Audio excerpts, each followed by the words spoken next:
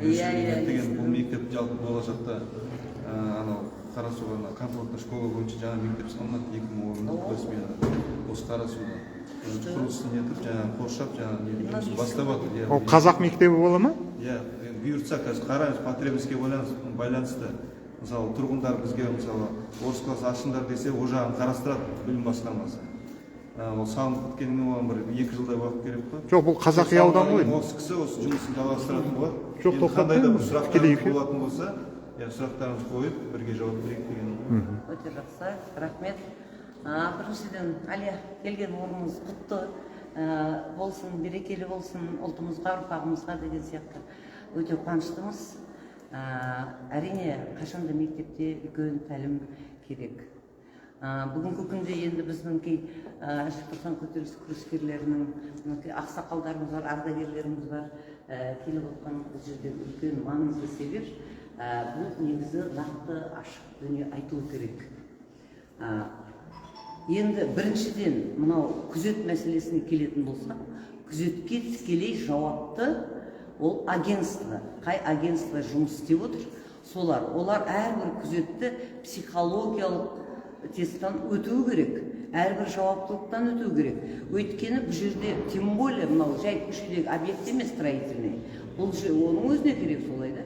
Мына жерде балалар, әрбір ата-ана үшін бұл өте маңызды нәрсе.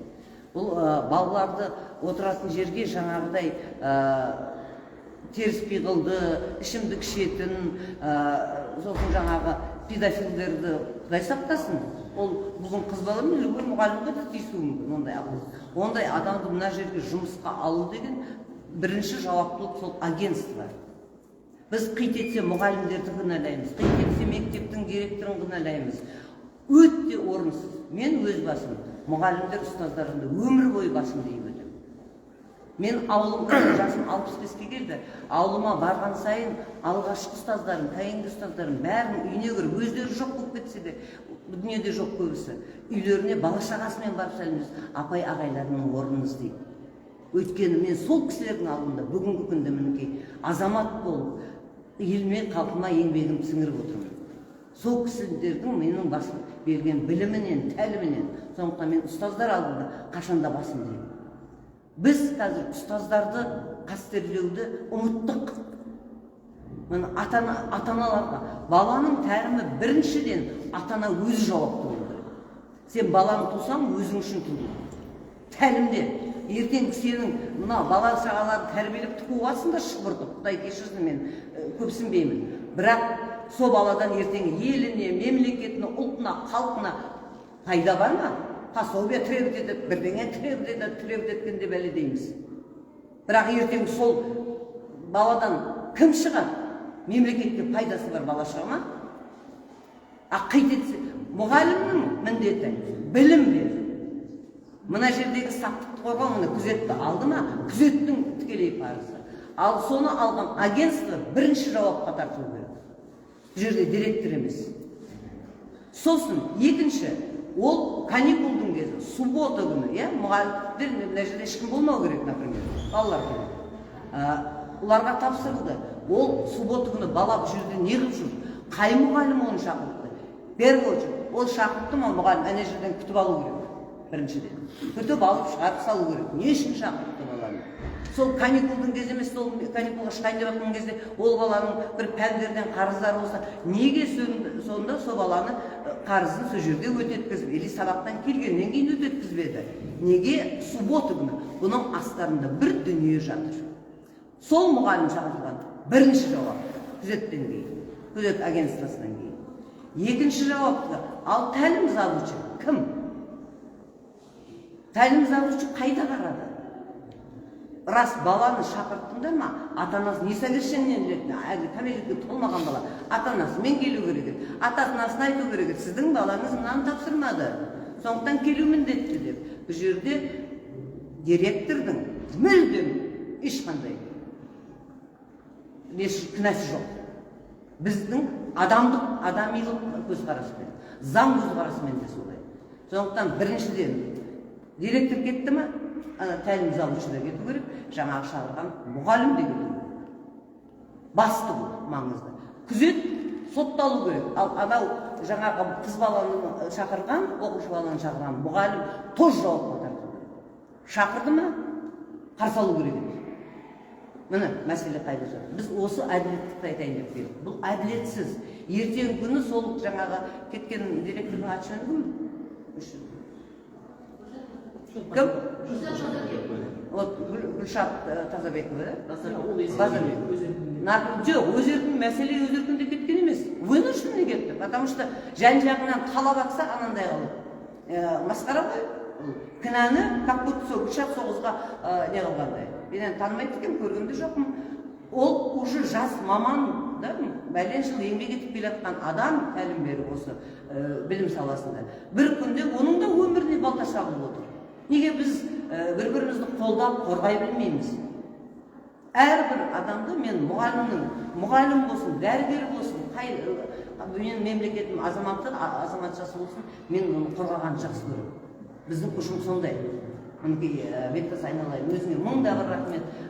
Ол ішкі саясаттан бастаған жастарымыз еді, бүгінде ел басқарып, ел ағасы болып отыр. Бұлар біздің ұжымның жұмысын біледі. Біз шу көтермейміз. Бізде национальный, межнациональный деген әңгіме жоқ. Бұл жерде әділеттілік. Мен өзім қандай ұлт болса, соның үшін адам іздеймін. Ұлт іздемеймін. Жақсы қасиетін іздеймін. Жаман кейде болмайтын жамандықты жасып, жақсысын асырғым келеді. Ал бүгінгі күнде адамның өміріне неше жыл мектеп осы жерде болды кісі? Жаңа кеткен директор бір жылда. Міне келмей жатып, аяқтан шалып. Бұл жерде жасырмай ақ қояйық, менің көз қарасымен уже қарап, мен естіп бәрін тексеріп отырмын. Бұл жерде подтекстный попытка бар. Бұл қызды кетіру керек. Ертеңгі сол қару сізге де қолдануы мүмкін. Оны басыңыз шақырмай қараңыз, аудан білім басқармасы. Бұл нақты нәрсе. Мен сізге соны доказать етемін. Міндетті түрде солай болды. Сондықтан бірінші очередь агентстволар, күзеттің басқармасы. Міне осылар осы жерге келу керек еді. Қайда басқармасын? Неге келмеді? Олармен договор расторгать етті тоже. Ол өте дұрыс. Енді қандай бір, тем более мектеп. Бізде поликлиника осындай жағдай болды. Шығарылды. Агентствоны жапқыздық даже. Дұрыс емес. Өйткені әрбір адам жауапты болу керек. Біз бала сағамызды сеніп жібереміз. Таңнан кешке ата-ана кетіп жүрді. Отырмаймыз ғой балаларымыз сабақ өткенше. Жаңағыдай жағдайда мұғалім, ұстаз бірінші ата-анасымен сөйлесу керек еді. Міне балаңыздың осындай қарызы болып қалды, сабақты тапсырмақ, сондықтан деп сонда ата-ана в курсе болды. Мына жаққа қыз бала келеді, шақырған мұғалім қарсы алмайды. Міне әділетсіздік қайда жатыр. Міндетті түрде ол мұғалім енді келіп жоқ, мен шақырған жоқпын, енді келіп жаңа мен не қылған жоқпын деп отыр. Біз біріншіден мұғалімдердің, ұстаздардың құқығын қорғауға келіп отырмыз. Екіншіден балалардың амандығын, жаңағы қауіпсіздігін ойлап келіп отырмыз. Әңгіме даушыларайын деп емес. Екіншіден, мінекей біздің жаңағы ертеңгі күні осында жұмыс істейді мұғалім Надыр деген азаматымыз желтоқсандық ардагер. Жаңағы тек желтоқсанның күндерінде ғана емес, біздің ардагерлерімізге де құрмет. Осы көк туымыздың көтерілгені, көк байрағын деген міндетіміз алғанымыз осы кешегі осы жастар еді. Мына кісілердің бәрі жастар едік ол кезде. Бүгінде бізде енді апа әже болдық. Бірақ дегенмен де осы күнге дейін әлі өлгенше, о дүниеге басымыз кеткенше ұлтымыздың, ұрпағымыздың, еліміздің, мемлекетіміздің бірлігін, қауіпсіздігін сақтағымыз келеді. Біз бөлмейміз. Кейбір нелерді айтады, ойбай, билік, анау, мынау, халықпен билікті бөліп отқан өзіміз біз. Сондықтан біз бірлікте жұмыс істеп, осы мәселені әлі айналайын. Әрине, бірінші очерк қолға алыңыз, өйткені ертең сізге де табысымыз келеді. Өйткені мың жерден қалай не қылса да, подтекст бар.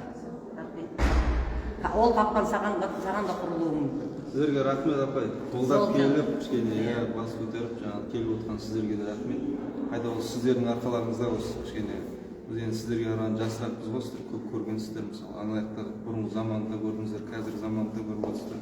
Мысалы, жол көрсетіп, жол сілтеп, мысалы, қазір айтқан сөздеріңіздің түбінде сондықтан сіздерге рахмет. айласаңдықны енді осы мектепті қолға алып жаңағыдай көтеріп, білім сапасын көтеріп, тәртіпті орнатып деген сенімдеміз. Сізге сәттілік. Сәттілік тілейміз, жақсылық тілейміз, қашанда қолдауға дайынбыз. Осындай ордаларда әрине мінекей ақсақалдарымыз, ардагерлеріміздің де айтары бар. Мен айтайын дегенім, осы ауылдың ақсақалдарының бәрінің кеңесінің төрағасы жақында құрылдық. Біздің жұмыссыз саясатпен біз айналыспаймыз. Мынандай тәлім тәрбиемізді, көрген білгенімізді бөлісіп отырамыз.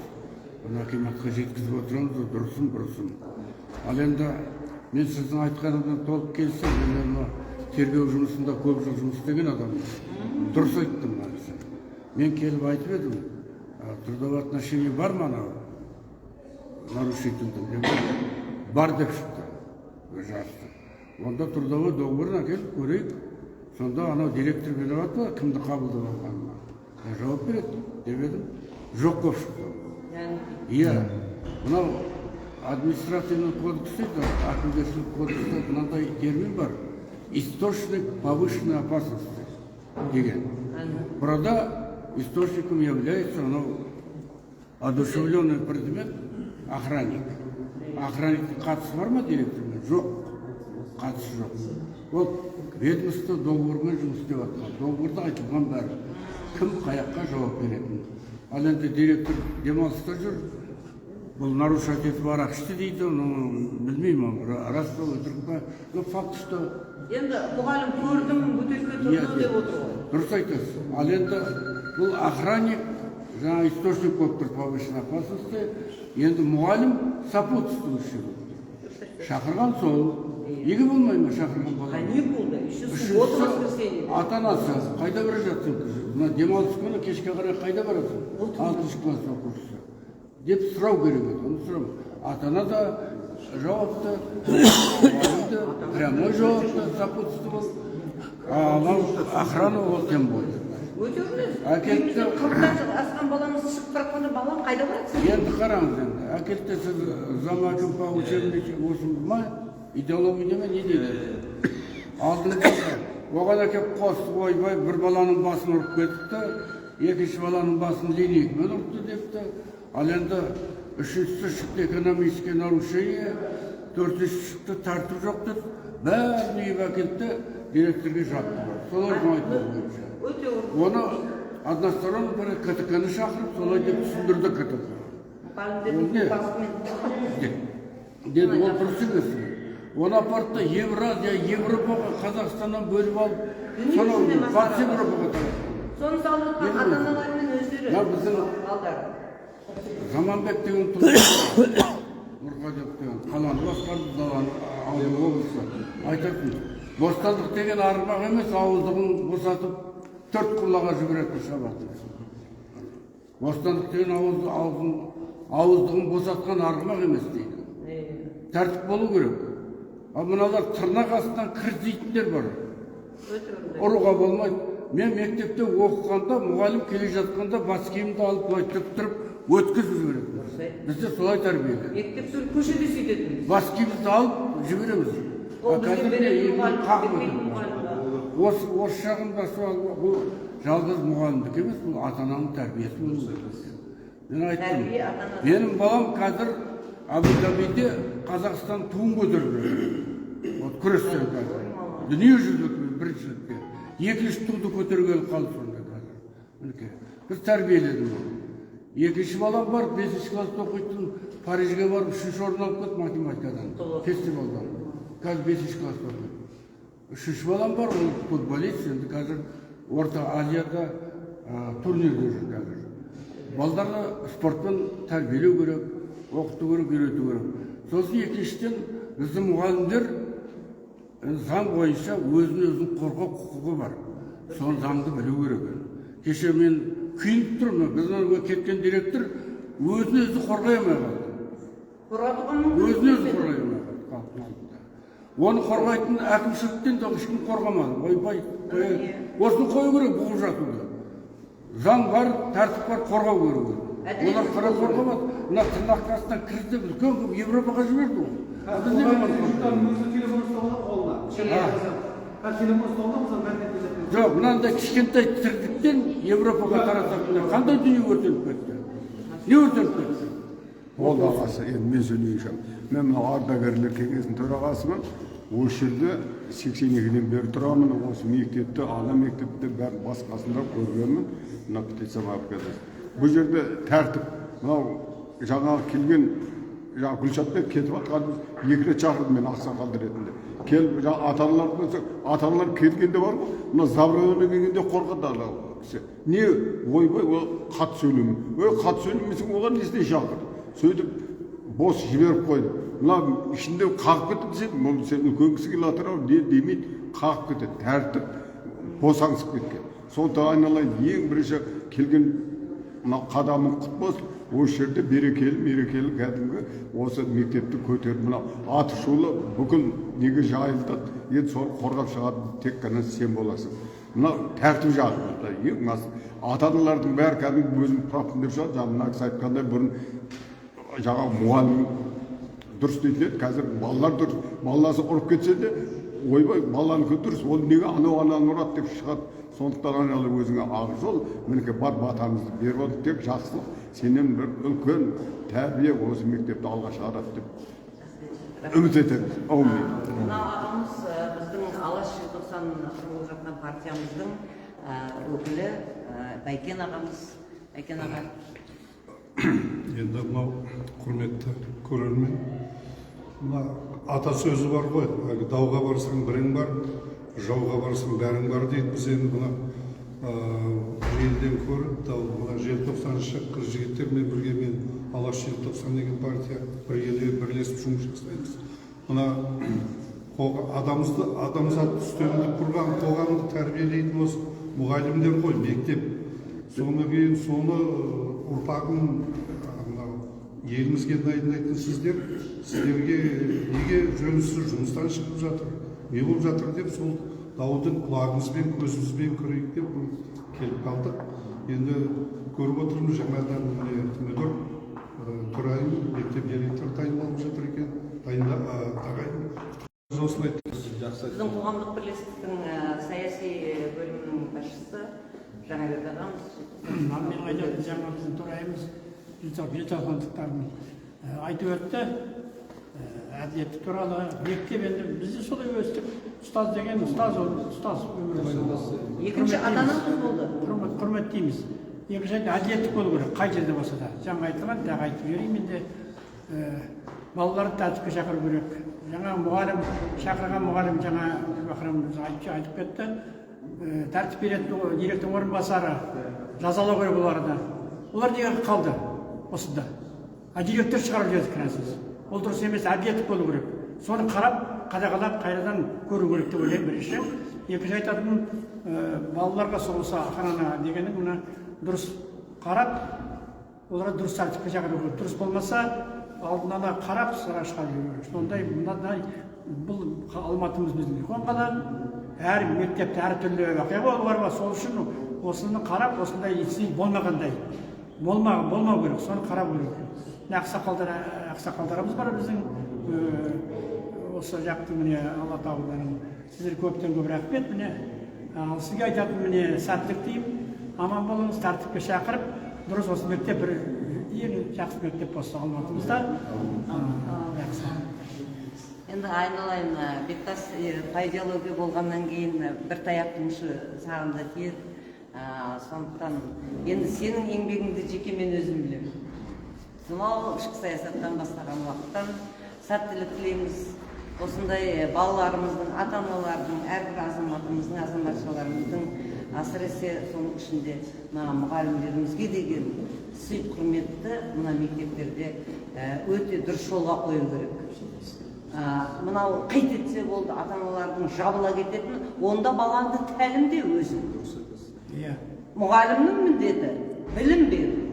Біз кезінде өзіміз бала өстік, біздің әке-шешеміз мұғалім туралы бір сөз айту біз үшін страх болатын. Өйткені кінәлі баладан іздейтін, ата-анадан іздейтін. Қазіргі күнде қайт етсе мұғалімге жабылып өте орынсыз, осын дұрыс орынға қою керек. Біз кезімізде классымызда дежурный болатынбыз. Парта полымызды жуатынбыз, өйткені оны білдіретін өзіміз болатынбыз. Ал бұл күнде білмеймін, совсем ақсүйек болған, шынымен де жаңа ағаларымыз дұрыс айтып отыр, қағып өтеді деп. Бұл ата-ананың тәлімінен, үйде берілмеген тәлімінен мұның бәрі. Сондықтан біздің қазіргі күнде мұғалімдердің құқығын қорғау деген болу керек. Осы заңды өте қатаң, мен білім басқармасында да жазамын, министерствоға да жазамыз, көтереміз бұны. Өте орыс. Кезінде біздің ағайымыз деген әкеңнің қантығына бормен жібер ұрaq. Аңдайымызға сақ ата қалады. Тарихтан беретін ағайым жасаран деп төбеңден тупасымен тоқатқызетін. Это было нормально. Потому что біз бұзақылық жасап отырдық. Ең Саба деп қорқыныштысы атқан нәрсесі жоқ. Даже көшеде ойнап жүреміз каникулдың кезінде. Бізге сабақ бере ме ол мұғалім, бермей ме? Мұғалім келе ма? Любой ағай болсын, апай болсын. Үлгірсек ағаштың артына тығылып, столдың артына тығылып үлгеретін, үлгермесек тұра қалып, сәлеметсіз бе ағай, сәлеметсіз бе ағай деп өтеп кеткенше тұратынбыз. Міне құрмет, өйткені бізде ата-ана тәлім берді. А балаларын бет-бетіне жіберіп алып, міне мектептегі қазір формалардың өзі. Біз бірыңғай школ формамен жүрдік. Бірінен бір кем болған жоқ, бірдей болды. Қазір о шалбармен де жүріп, қызы да, ұлы да кім екенін білмейсің. Шаштары өскен, еркектеріне дейін бантик тағып алады, сырға тағып алады. Міне ата-ана не қарап отыр? Бар күнә ата-анадан. Баланы тудың ба, тәрбиеле. Сол балаңнан мемлекетке, еліне, ұрпағына, тіпті ата-анасына. Бүгінгі мұғалім сыйламаса, мұғалім біздің екінші ата-анамыз. Білім беріп, өсіп өргенді биікке жеткен мен мұғалімнің арқасы. Әке-шешем киіндірді, тәлім берді, тамақтандырды. Ол білімді алмаған да біз Құдай біледі қазір кім болатынымызды. Сондықтан қайт етсем мұғалімге бәле жаба беруді, мына заңды өзгертіп, қатаңдықпен тәрбиелей басын әр ата-ана өзі. Рахмет саған айналайын. Таяқтың ұшы сендерге де тимесін деп жатырмын. Өйткені біздің талабымыз әділеттілік қана. Сіз өзіңіз білесіз, біздің ұжымның анау 89-дан құрылып келген ұжым жұмыс істеп келе жатқан. Біз еш жерде дауыс шығармаймыз. Тек біз ұлтымызды, ұрпағымызды қорғау. Мың жерден жарылса жарылып кетсін да, қазақ елінде тұрамын ба, мен әрбір қазағы мен үшін қымбат. бір ауыз қоса кетейін. Ең жазазы мектепте оқыдық қой бәріміз. Жаңа октябрят боламыз, одан пионер болған. Ең ауыры жазаны біздің кезімізде. Ата-анаңды ертең шақыртам дейді. Ата-ана ең ауыр жаза, ойбай. Қазір балалар қорқытады, мен ертең ата-анамды мен шақырамын, бала шақырып, мұғалімді қорқытады. Ол кезде мұғалім бізді қорқытады. Ата-анаң шақырып, ең жаңыңызға ауырдың жаңағы Мектептің заңына бағынбай ма? Шығарып жіберу. Қазір анау қамып кетсе айтсам, ертең ата-анам шақырып, мұғалімнің алдында, анау шіреніп тұрады, мен балам не көйттім. Мәселе ауысып кетті. Саясат әке-шешемізге айтуға қорқатын, өзін дұрысатын. Сабақ кезінде қол жуатымыз кезекші болып. Сабақ кезінде коридорға шығып кетсең, мұғалімнің көзіне түсіп қалмайыншы деп тығылып жүретінбіз. Солай болады. Мен бір сөз сөйлеймін. Осы жерде мен мұғалім болып жұмыс істеймін. Осы біздің кеткен директорымыз Гүлшат Базарбеков. Мен ол кісіні онша танымаймын. Бірақ та ол кісі келгелі міне мына жарық шамдарын ауыстырды. Көп жұмыс істеді. Туалетті жөндеді, самый больной вопрос. Сосын ол кісі жарыстарға балдарды жұмылдырып, мысалға әкім кубогы атында робототехниканы не өтеді? Қалалық 100 мектеп қатысты, соның ішінде осы мектеп 3-ші орын 2 номинация алды. Сол кісінің арқасында жинап, дайындап, өйтіп істеу енді білмеймін, мен көрген емеспін бұлай. Сосын балдардың посещениесі бұлай, қазақша қалай еді? Сабаққа келу. Осы проблема бізде. Соны қадағалап, мұғалімдер тексеріп, таңертеңнен сол жұмысын істеп жүр. Бірақ та бір кішкентай бір құмалақ, бір қарын майды шертеді деген. Енді айтайын дегенім, мейлі, маған не болса да бәрібір. Осы кісі өз деңгейінде қасы екен деген менің өзім ниетім. Ол кісінің артында балдары бар, немересі бар, тәрбиелеп. Ана бірінші, туған туыстары бар, қазақ болғаннан кейін біз бәріміз неғыламыз, сақтаймыз. Төгілдеген адам. Не болып қалды? Бұлай айтқанда, ол кісіні жаңағы министрдің сөзімен айтылды. Мен ютубтан қарадым, интернетте қуып жіберді дейді. Бір жаман әңгіме. еңбек сіңбеген адамға Тауар сияқты да бар. басқалар жазаланған жоқ, именно сол кісі жазаланды. Мен жанға батып кеттім мына жерге келіп қалап атқан кезде батып кетті. Ана бір ылғи проблемада жүретін бір не бар. блогер бір әйел бар, ылғи ана милицияны қуып жүреді, ақылын айтып. Сол жерде осы жерде. Бірдеңе болса бет тақап, жаңағы ылғи бәле іздеп жүретін. Сонымен келді неше түрлі ата-аналар. Бұл жерде мен ешқандай ұлтты не қылып тұрған жоқпын. Иә. Сол кісіні қуып шықты аяғында. Министрдің сөзі, жаңа бір кішкентай сөздің өзі үлкен не ғой. Енді сол кісі өз деңгейінде мейлі келмей-ақ қойсын бұл жерге. Басқа жақта жылда ашылып жатыр ғой, мақтанып айтады. 4-5 мектеп ашылып жатыр әр районда. Сол деңгейінде барса екен деген мен ниетім. Сонда қалады неге сіз қойсаңыз. Осы деңгейін түсірмесе екен. Директор деңгейінде Гүлшаттың абыройы сақталу керек. Сол сақталу керек. Өйткені мінекей қараңыз, қандай мақтанышты мұғалімдер ұстаздар айтып. Ескі мектеп. Мектепті қандай мынау ескі мектеп, құлайын деп түріп басаң. Соның өзі қандай қылып. Қанша сонда еңбегін бағалай білуіміз. Әрбір ұстаздың біздің үйімізде бір 2 тентегімізге еге бола алмай отырмыз. Бір класста 20-30 бала отыр. Әркімнің әр жындысы. Соған еге болу сізге енді бір өтініш сол Ерболат Тасаевқа не қыласыз ба бір ұсыныс. Бұны министрге дейін көтеру керек. Деңгейін түсірмесе екен. Болды, басқа нем жоқ. Мақсат жеткізеді, өйткені сол көтеру. Бір адам тағдыры. Осы қазіргі министр осы ауылдан шыққан. Иә, мына бірінші қазақ мектебін ұйымдастырған сол ғана қазақ мектебі. Бүгініз қандай? Бейсенбаев, Ғани деген. Ғани Бектаевич. Ғани Бектаевич. Мен көрші болдым. Анарда қазір Қарасу дейді, содан қазақ мектебін саясат министр болған Ғани өзі міне мақсаттары тәрбиелеп шығарғанбыз. жетсатты қазақ мектебі қылды. Шүкір. Осыдан көтеріп ары қарай көтеріп қазір Мына кісілер енді сабаққа бару керек біз қысыр әңгіме. 2010 мектепті салып жатқан сол кісінің де үлесі бар. Бұларда қазір салынып жатыр ғой. Сол үшін бұларда спортсмен де шығып жатыр, ғалымдар шығып жатыр, білімде шығып жатыр, бәрі бар бұнда. 20 мың халық бар халық. Ал енді ең жаман жер жаңа айтылған жер. Әкім мырзаның құлағына, әкім мырза. Кепетте өртті басайық, өшірейік, осыдан құтылайық деген. О жағынан мен айтайын, Бектас ондай емес. Например, мен өзім әкімдерге көп күндеріне бармаймын. Осы кісілерге звондаймын, жазып жіберемін. Осындай, мынандай кішкентай дүние батыр осындай деп. Обалы не керек? Моментально өздері шешеді. Осы балаға сол үшін заңы. Өркенде, өрле, атадан болса, біздің Бектасына да бір бата беріп жүріп. Бата беріңіз. Аумин. Вообще бата беріңіз. Құдайым алдасын, құдырата қолдасын, періште болсын, жолдасын, Алла Тағала қолдап, бүгінгі айтқан тілектердің барлығы осы жаңадан болып жатқан директорымыздың құлағына қонсын. Алла Тағала қолдап берсін. Иә. Алға қойған мақсат бала тәрбиесі. Бұл мектептен шығатын ғалым болсын, спортсмен болсын, тұлғалы азаматтар шығатын болсын. Соның тәрбиелеп, коллективіміздің басын біріктіруге Алла Тағала қолдасын. Аумин Аллах. Аумин, айтқаныңыз келсін. Аудан білім басқармасы мен Бектас өркендеңіздер, өзіңіздер. Қашанда біз сіздерді жақсы жағынан қолдауға, қорғауға дайынбыз. Рахмет. Өйткені еңбектерін білем, білгесін айтам, білмесем айтпас едім. Жақсы. Уақытламай Жақсы, рахмет. Міне, түсінікті болу үшін айта кетейін. Бұл мектепте өткен аптада 6-шы сынып оқушысын зорламақ болған әрекеті не байланысты осындай дау-дамай туындады. Сөйтіп мектепке шақырған мұғалім кінәлі болмай жаңа демалыс кезінде күзетшіні қамады деп естідік.